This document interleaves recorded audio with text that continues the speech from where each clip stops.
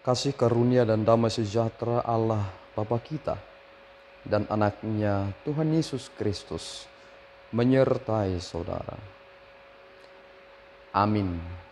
Shalom, saudaraku yang terkasih di dalam nama Tuhan Yesus Kristus. Senang bisa menyapa saudara di tempat saudara berada hari ini, dalam dimensi yang berbeda tetapi dalam dunia yang sama.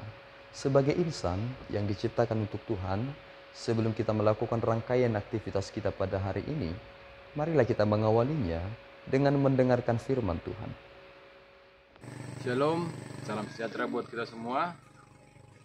Saudara-saudara yang terkasih dalam nama Tuhan Yesus Kristus, renungan hari ini yang diangkat dari Yohanes 3 ayatnya yang ke-30. Ia harus semakin besar, tetapi aku harus semakin kecil. Demikian firman Tuhan. Saudaraku yang terkasih, ini adalah berita sukacita yang sangat menyejukkan hati. Dan ini juga menjadi berita yang akan mengkoreksi kita bahwa memang selama ini kita sering salah menjadi orang-orang yang mengaku beriman kepada Allah di dalam Yesus Kristus. Bahwa ketika kita melihat kepada perjanjian baru, yakni dalam bahasa Yunani, ketika dikatakan kurios, berarti Tuhan, sebenarnya kita harus memposisikan aku kepada Yesus Kristus bagaimana? Jika aku kepada Yesus Kristus seperti hamba kepada Tuhan, maka hamba tidak lebih tinggi dari tuannya, maka aku harus mengkoreksi diriku. Mengapa?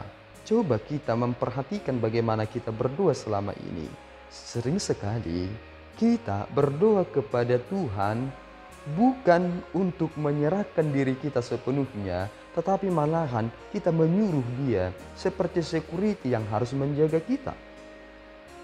Kita ingin Dia menjaga kita dalam tidur kita, supaya kita nyenyak tidurnya, nyamuk disingkirkan, ketakutan disingkirkan, dan lain sebagainya. Kita tidak ingin menyerahkan sepenuhnya apa yang kita kerjakan itu kepada Tuhan dan memuliakan Dia.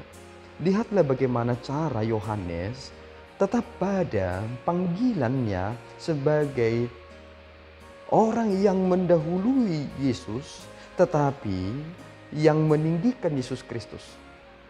Ketika ada orang yang ingin memecah belah antara Yohanes dengan Yesus, ternyata jawaban Yohanes menjadi suatu hal yang sangat luar biasa.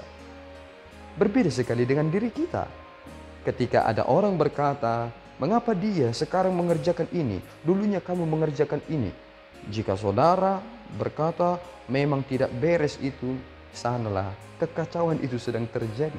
Kita tidak menyadari di mana sebenarnya posisi kita berada. Yohanes tahu posisinya di mana.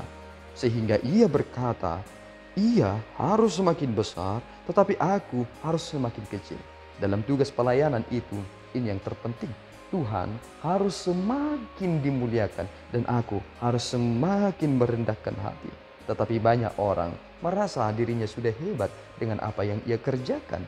Ia merasa memiliki jasa dengan apa yang ia sedang kerjakan. Padahal dia adalah hamba yang harus terus mengabdi pada tuannya, yang harus mengangkat nama tuannya dan harus memuliakan ia di tempat dimanapun ia harus bekerja dan di tempat di mana ia harus disuruh.